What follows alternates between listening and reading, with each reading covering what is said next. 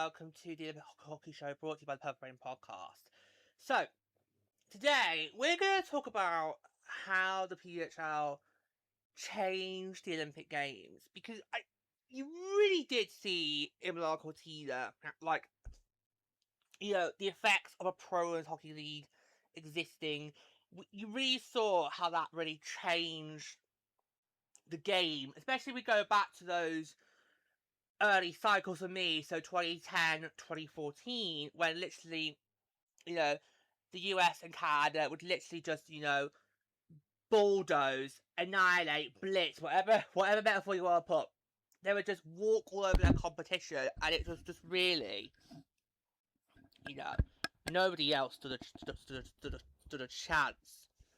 Now, in those games. Now, it was just, and then compare that to this year, we're seeing pretty much almost everybody have at least some competitive moments in their game. It was really impressive. Now, I mean, we had 61 players represent us in La Cortina, so that's 30% of our league, and only 20 that didn't get medals. 41 out of the 61 got medals. Impressive work there. Yeah. And it was 8 of the 10 nations that had players represented. Yes, only France and Japan did not have PHL representation on their rosters. That might change next time around. Who knows? Maybe who knows? But yeah. I just felt like with La Cortina, I felt like we saw a completely different tournament compared to previously seen, because the competitors went up and up a level. Yeah, you saw in pretty much all the groups. You saw how in all the group games, you saw how they were a lot more competitive than you would normally expect them to be. And it was just incredible to see that competitive. Even some of the teams you thought weren't going to do well, like France. I mean, I know you've mentioned it in the report in their report card, George. Even teams like France had competitive moments. I mean, the fact that France, took points off Germany, it wasn't a win. Okay, it wasn't a win, but it still took points off them. Yeah, because Germany didn't get the full 3 points that game. They only got 2 because France took it to overtime. So the way they did take points off Germany, it just wasn't the full points. Yeah, it could have been more than what they actually got. Yeah. France literally did have some competitive moments in their game, apart from when they faced Sweden. But the rest of the group, they actually matched up quite well. Yeah. So it'd be interesting to see what happens in 4 years' time. Can they learn from that, and can they take away what they've learned from La Cortina into the Alps? We'll see how that goes. Yeah. But it just felt more competitive, and you just saw that from top to bottom. Every team really just stepped up, and I think that is largely due to the fact that obviously, for a lot of these players, now that PWHL exists, they do have a pro league where they can really work on their game and develop their game further, and then obviously have a league to go back to afterwards. Yeah, rather than having to wait another 4 years. Exactly. Or for a World Championships to roll around. Yeah. That's the beautiful thing about PWHL now. These players, when the games are done, they're not then looking for that next competition, because the next competition literally could be like a week after you come back from the game. Yeah. Well, this time it was 4 days. Yeah, because obviously we had the close on Sunday, and then we were back in action on the Thursday, but it was only really 4 days. But still, we get hit about 4. Now, obviously, you two will know this better than me, because obviously I've only really done this cycle. Yeah, like properly engaged. Did you, for it to really see it more competitors compared to previous cycles? Oh yeah, definitely. Oh yeah, definitely. I mean, in those early cycles, for me, it was no contest. It was literally US and Canada would fight for the gold, and everyone else basically was there, tried to prove they deserve more than a participation ribbon. And even some of the likes of, say, like Finland and Czechia, who today we see as powerhouses, even they back then in the early days did not look like a team that really could get scalps off Canada or the USA. Now, it was just, you just saw the difference, and the competitiveness just went up a notch. And I was really impressed with how some of those other nations, you know, managed to, you know, be on par. But look at Switzerland. You know, I mean, okay, for a lot of people, why are you looking at me? You know why. You know why. Why are you looking at me? You know why. For a lot of people, unlikely medalists, but they had some really good moments, like particularly that group game against Canada. Yeah, I know. The fact that that Switzerland managed to keep Canada off the board for a full period, I think that was absolutely impressive, and I did not expect that one bit at all. And then obviously they took it to another level in the knockouts. So obviously they got that victory over Finland, which I think was quite impressive, because obviously in the group stages, Switzerland was the only team that Finland managed to beat to the end. Mm-hmm. And then the next game, these two teams has is the quarterfinals, and it's Switzerland who now gets the victory. So I felt like even teams like Switzerland, who a lot of people don't really see as one of those high contenders for a medal, even they really, you know, stepped up. And we are over in Group B. We are starting to see some teams who you think really could, you know, be in a group with Canada and USA maybe in a few years' time. Sweden. I know. Sweden. I mean, it baffles me how Sweden hasn't had that much success in the games over the last several cycles now. Mm-hmm. Well, the last time they were in a medal game before this cycle was back in 2014, when of course they lost in dramatic fashion to Switzerland. Yeah. So it's been 12 years since we've last seen Sparia in the medal round at the Olympic Games, yeah. And that is a bit surprising. Yeah. Well, yeah, because obviously they've got one of the biggest leagues in Europe for women's hockey in the SDHL. You're thinking, well, how is that not providing Sweden the tools they need to then be a medal contender? Because really, it should be USA, Canada, Finland, Sweden. Yeah, those should be the four powerhouses in the women's game right now. And then you've got Czechia trying to make a name for themselves. I would agree to that. Yeah, I would agree. I actually would agree to that, because yeah, that kind of feels like how it should be. But I think because Sweden aren't getting the funding they need to get on a year in year out basis, and that's what's really bringing their game down. Yeah, agreed. And that's what's bringing their game down. If they could be given the necessary funding they need, then it could change everything for them. Agreed. It could be a complete game changer for them. And you gotta look at the performance this year. Oh, I know. I just really hope that obviously Milano Cortina is the turning point for Sweden, and they go, right, okay, we can do it. We just need to make sure we've got the footage. So I'm hoping these games inspires those that got hold of the finances to just give a little bit more to the Swedish hockey program, because you're so close now, guys. You could be a medalist maybe this time next cycle. You just need to have that funding in place, ready to go. We roll around again in 4 years' time. Mm-hmm. But yeah, and you just saw that competitiveness go up and up and up, like never ever seen before. I mean, even in the semi-finals, how you expect both the USA and Canada to just walk it. Mm-hmm. Canada didn't have an easy time. No, they did not. Canada actually, when you think about it, Canada actually did not have an easy time. I mean, the fact that in their post-game interviews afterwards, Switzerland kept saying they felt Canada were beatable, I think that pretty much said all you need to know about how Canada performed in Milano Cortina. Oh yeah. That was all you need to know. The fact that Switzerland, a team ranked lower than Canada in the world standings, felt that they could have beaten Canada, the number 2 team in the world. I think that says it all about how Canada performed in Milano Cortina this year. I mean, you do wonder, if there was like another 5 minutes in that semi-final, could Switzerland have done it? Could Switzerland have done it? Oh god, they had. If they had, we would never have heard the end of this. Nope. If they had, we would never have heard the end of this. Nope. Just like now. Just nope. We never would have. Never would have had an end of it.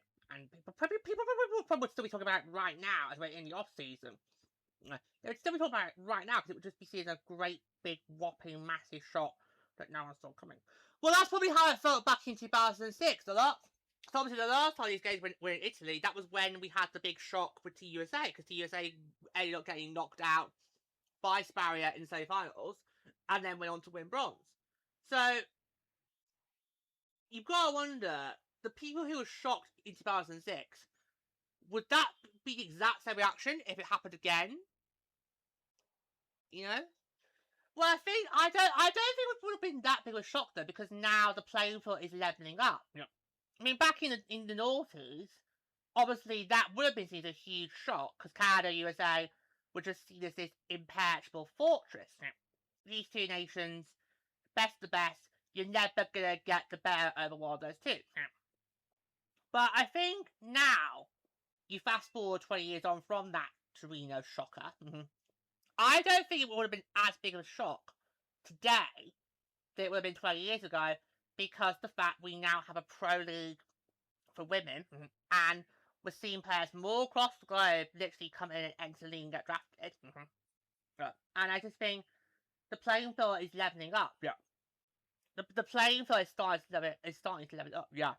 This is the first step. This cycle was the first step. And now you're going to see that continue to go on and on and on. And I just think, like, I think if we're going to have a shock result, it could be Salt Lake.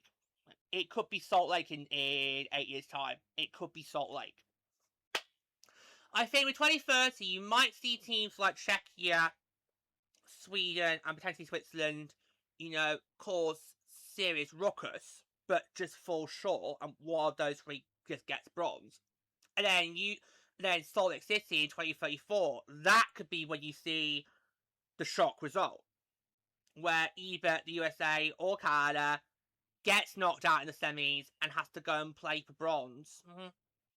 And that I think is where it could be, because by that point we would have had a full decade of PWHL hockey under our belts, and by that point the international gap will be pretty much so narrow that the USA and Canada won't be seen as the big dogs that they have been for nearly 30 years now. You know?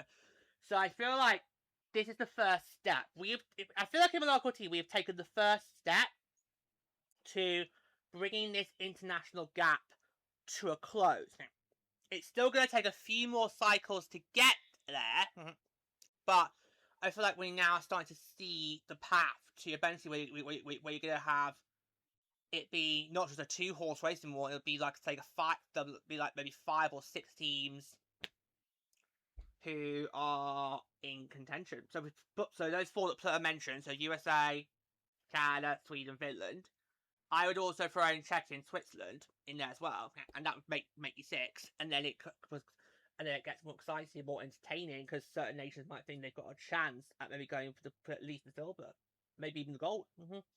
And I feel like that's what Miller Cortina has done. The legacy of Miller Cortina is going to be that we saw a more competitive tournament, and we saw teams really step up their game and really bring that competitive edge from start to finish.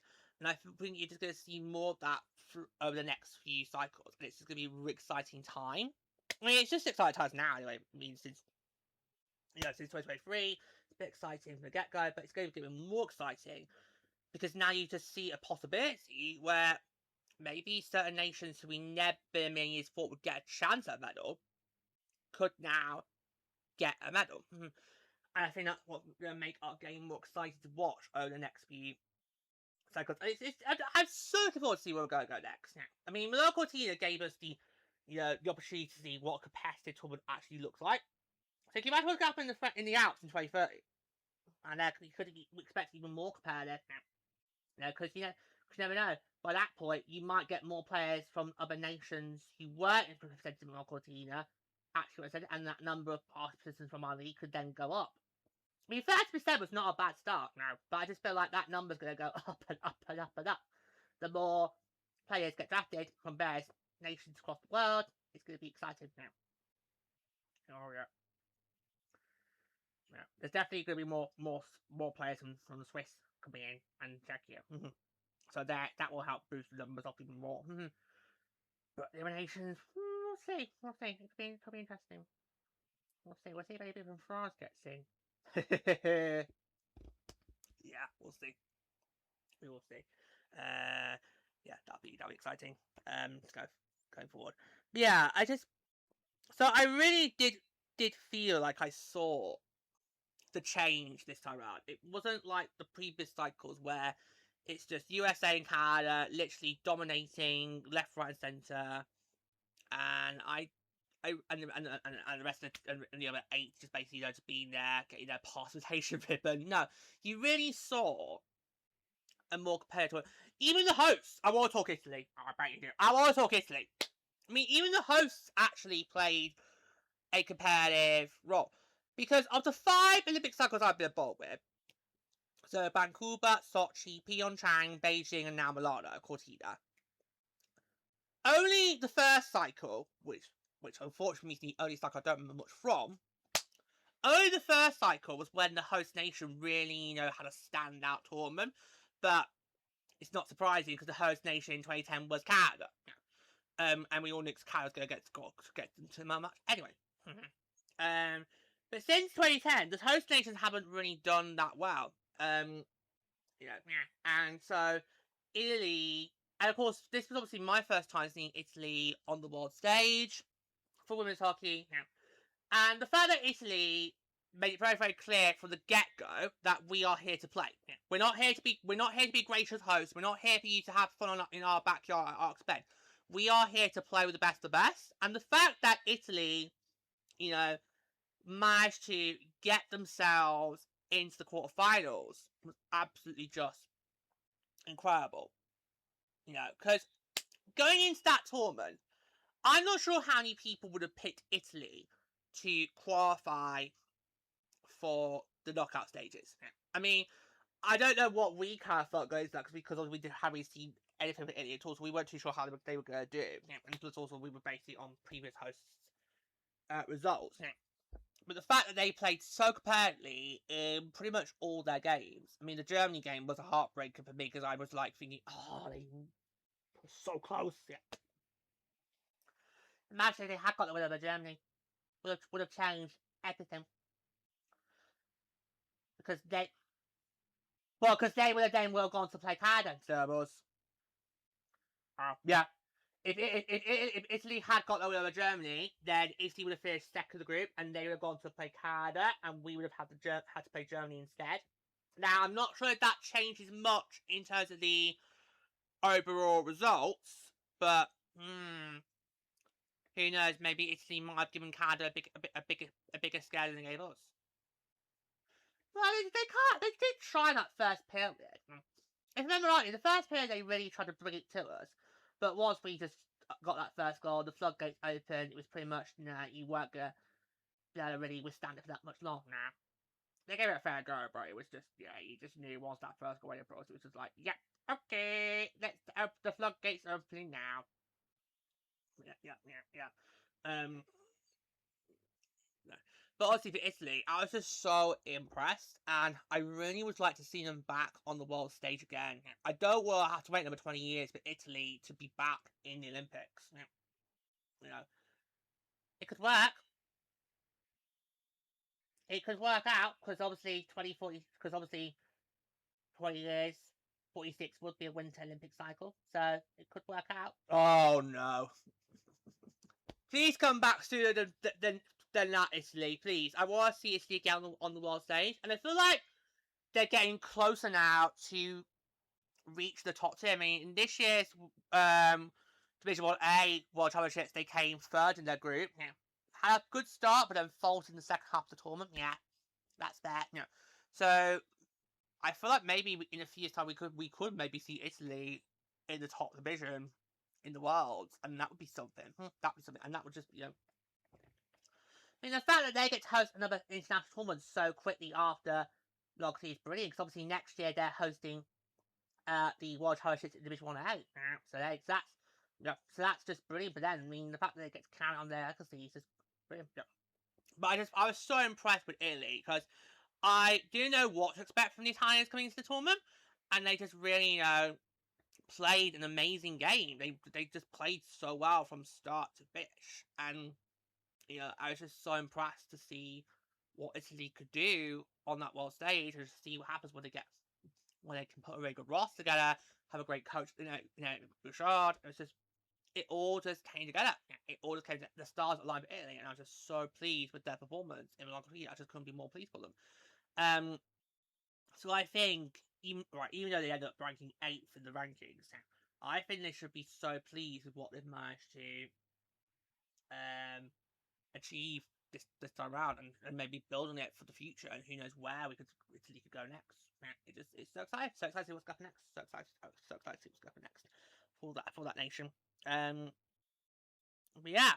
So you go into the next cycle, and you feel like, how are you going to be able to keep this competitiveness up?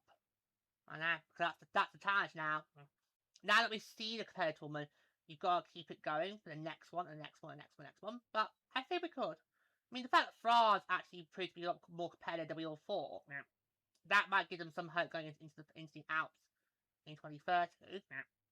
Plus, obviously, they're going to be the top tier next year, because they won the Big One this year, so they're going to be the top tier next year, so that will give them an opportunity to know it's like to have to play against teams like Canada, or the USA, depending on how the groups go. Yeah, we'll see what happens.